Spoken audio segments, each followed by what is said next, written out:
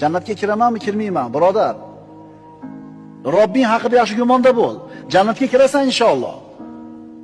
Shafaat bor. Payg'ambar sollallohu alayhi vasallamning shafaatlari bor.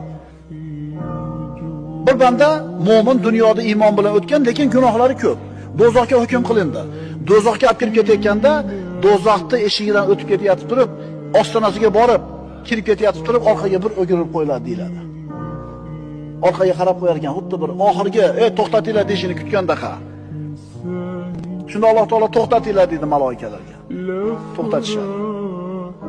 Ey banda, nimaga orqaga qarading? Parvardigor, sen haqingda meni gumonim bunaqa emas edi. Seni bunaqa qiladi deb o'ylagan emasman men.